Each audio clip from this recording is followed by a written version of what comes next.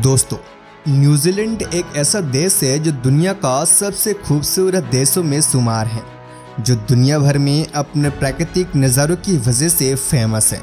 उसका लगभग 80% एरिया खाली है, लेकिन क्यों?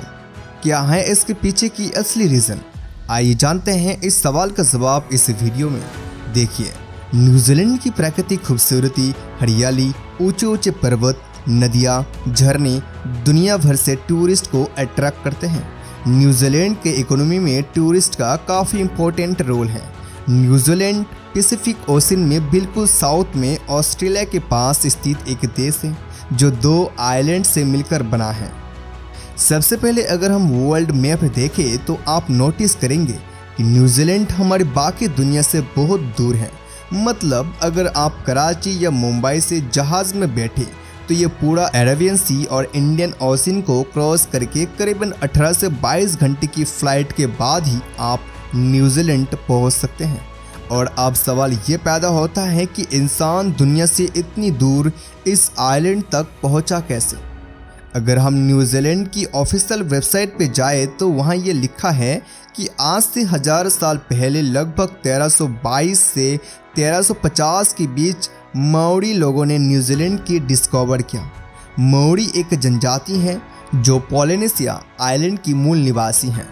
माओरी ने पैसिफिक ओशन के इन आइलैंड को छोड़कर न्यूजीलैंड की खोज की। लेकिन अब सवाल ये पैदा होता है कि ये लोग अपने पुराने आइलैंड्स को छोड़कर न्यूजीलैंड आए ही क्यों? इस सवाल का खोज लगाने के लिए जब हमने रिसर्च की तो कुछ आर्टिकल्स से पता चला माओरी के अपने हिस्टोरिकल रिकॉर्ड्स में थोड़ा सा डिफरेंस है। माओरी ट्रेडिशन के मुताबिक न्यूजीलैंड 13वीं सेंचुरी में नहीं बल्कि उससे भी 500 साल पहले अराउंड 750 एडी में कुप नाम के एक माओरी ने डिस्कवर किया था। कुप एक फिशरमैन था जो अपने और अपने ट्राइब के लिए मछलियां पकड़ता था। माओरी ट्राइब अपनी जीविका के लिए फिशिंग पर पूरी तरह से निर्भर था। मगर फिर ऐसा होना शुरू हुआ कि जब भी वो जल लगाते थे उसकी मछलियां उस एरिया में पाए जाने वाले ऑक्टोपस खा जाते थे और इन लोगों के हाथ कुछ नहीं लगता था। इस प्रॉब्लम से दुखी होकर कुप और उसके कुछ साथी समुद्र में जाकर किसी और आइलैंड की खोज लगाने की कोशिश करी जहां पर खाने पीने की अच्छी खासी सप्लाई हो। इस खोज में कुप अपने साथ 20 से 25 आदमी लेकर पैसिफिक ओशन में उतर गया। कुछ दिन का सफ़र के बाद ही उन्हें बड़े बड़े पहाड़ों वाला एक आइलैंड नजर आया। ये न्यूजीलैंड था। सी फूड, भेड़ बकरियां और फ्रूट से मालामाल आइलैंड, जिस पर और कोई दूसरा इंसान नहीं था। ये कुप और उसके ट्राइब के लिए परफेक्ट प्लेस थी। इसके बाद माओरी ट्राइब ने सारे लोगों ने यहाँ पर आकर बसना शुरू कर दिया। 17वीं सेंचुरी तक माओरी लोग सुकून से न्यूजीलैंड में रहते थे और दुनिया से दूर होने की वजह से ना उनकी किसी से दुश्मनी थी और ना ही किसी से कोई खतरा। मगर ये सब कुछ बहुत जल्दी बदलने वाला था। ये वो वक्त था जब वेस्टर्न नेशन में अपने ताकत को बढ़ाने के लिए पूरे दुनिया में आइलैंड और कॉन्टिनेंट्स की खोज में लगा हुआ था, जिन पे कब्जा करना यूरोपियन कंट्रीज अपनी पावर बढ़ा सके। 1642 में अवेल तस्मेन ने न्यूजीलैंड को डिस्कवर किया, लेकिन उसके बाद इंटेंशन को माओरी लोगों ने सफाई नहीं होने दिया। उन्होंने उसके साथ भयानक युद्ध किया और मजबूरन उसे भागना पड़ा। इस बाद 1769 में एक British officer James cook New Zealand में आया, लेकिन माओरी लोगों ने उसे भी जमकर सामना किया। उनके बीच भयंकर लड़ाई हुई जिसमें कुछ माओरी चीफ भी मारे गए। जेम्स को वापस जाना पड़ा, मगर इस बार उसने न्यूजीलैंड और इस सारे सफ़र का डिटेल्स मैप बना लिया और इसी मैप की हेल्प से 18वीं सेंचुरी में यूरोपियन ने इस आइलैंड पर पहुंच शुरू कर दिया। और इस बार उन्होंने माओरी लोगों के साथ बड़े स्मार्ट तरीके से डील किया। उन्हें थ्रेड और प्रॉफिट का लालच देकर ब्रिटिश लोगों ने न्यूजीलैंड में व्यापार करना शुरू किया और इसके 100 साल बाद ही ब्रिटिश लोगों ने न्यूजीलैंड पर कब्जा कर लिया। 1840 तक आते आते माओरी लोगों का पॉपुलेशन 2 लाख से 40,000 तक घट गई थी और उसकी 2 मेन रीजन थी। असल में जब यूरोपियन लोग इधर आए तो उनके साथ वो बीमारियां भी इधर आई जो उस वक्त यूरोप में आम थी।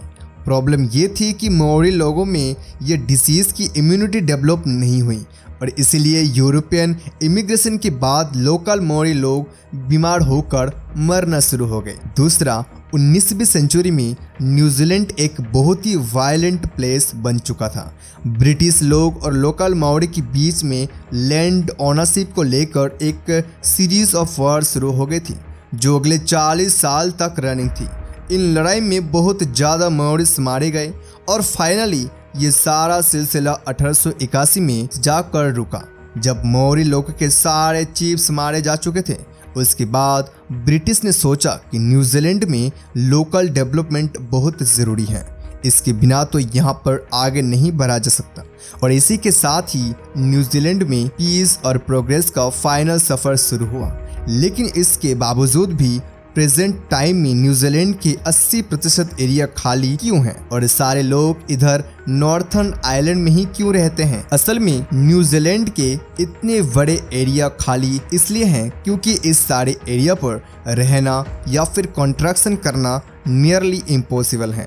न्यूजीलैंड के साउथ पार्ट में हर तरफ माउंटेन रेंजेस हैं। इस सारे एरिया में हर तरफ ऊंचे ऊंचे पहाड़ हैं और ज़मीन इतनी उनवीन है कि इवन बेसिक इंफ्रास्ट्रक्चर जैसे रोड वगैरह बिल्ड करना भी ऑलमोस्ट इम्पॉसिबल है। इसलिए न्यूजीलैंड की मेजॉरिटी पॉपुलेशन इधर नॉर्थर्न आइलैंड पर रहती है। सेकेंड वर्ल्ड वॉर के बाद पॉपुलेशन शॉर्टेज को ठीक करने के लिए न्यूजीलैंड में माइग्रेशन पॉलिसी शुरू हो गई। इससे पहले न्यूजीलैंड में नॉन वाइट लोगों का आना बंद था, लेकिन जैसे ही माइग्रेशन पॉलिसी शुरू हुई यहाँ दूर दूर से लोग आकर बसना शुरू है। आज न्यूजीलैंड की पॉपुलेशन का ऑलमोस्ट 27% वो लोग हैं जो न्यूजीलैंड में आकर बसे हुए हैं। एक बहुत इंटरेस्टिंग चीज़ ये है कि न्यूजीलैंड की सारी agriculture industry animal meet export करने पर ही चलती है।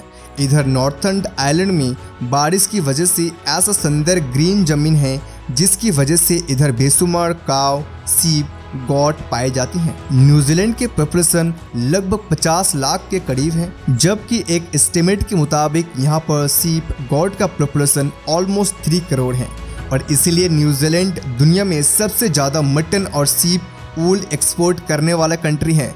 तो दोस्तों, ये थी हमारी आज की वीडियो और आपको न्यूजीलैंड के बारे में कौन सी बात सबसे अच्छी लगती है हमारे कमेंट करके ज़रूर बताइएगा। वीडियो देखने के लिए धन्यवाद।